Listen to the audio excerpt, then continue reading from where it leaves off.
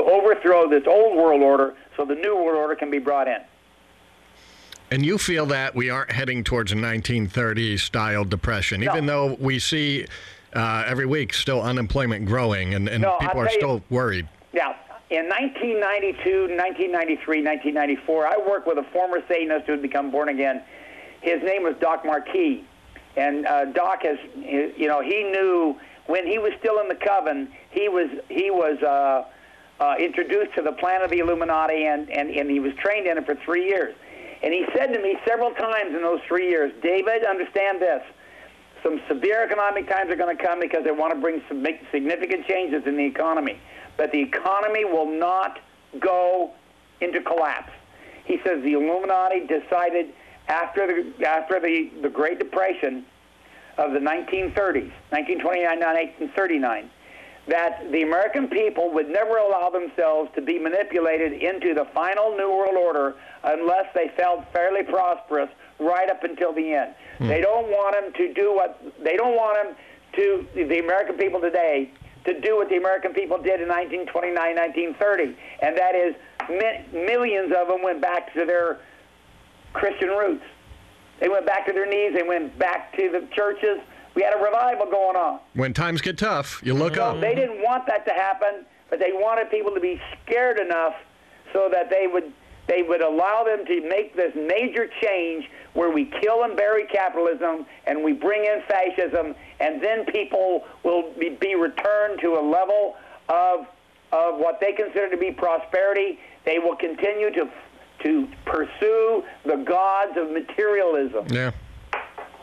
Stuff, right? Collecting stuff. That's why I live, to collect stuff. That kind of mentality. In June of 1998, I received a very lengthy email from a very prominent accountant. He's a cutting-edge accountant in the Boston area, Boston, Massachusetts. Very, very smart man, okay? And he says, David, he said, the economy can't last through the end of 1998, and here's all the reasons.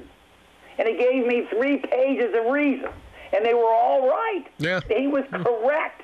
And I said, listen, the economy is not going to be allowed to go into collapse until the World War III starts that will produce the Masonic Antichrist. That's the plan. And I said, it's not going to go in, it's not going to collapse earlier. And every time since then that I've had an economic scare, and it's about every other year since 1998, every other year there's been this rumor, this scare that we're going to have a collapse. Yeah. And I kept saying, no, no, and no again. We're headed for a fascist economy.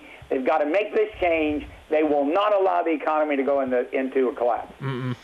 And by now, the truth of what I'm saying should be evident to anybody who's paying attention. Yeah, because the stock market is going back up, and there's no real reason for it to. As we talk to people there's in the know, good out there. But it is. It's rebounding anyway. Yeah. Well, there's, okay. I'll tell you what's rebounding.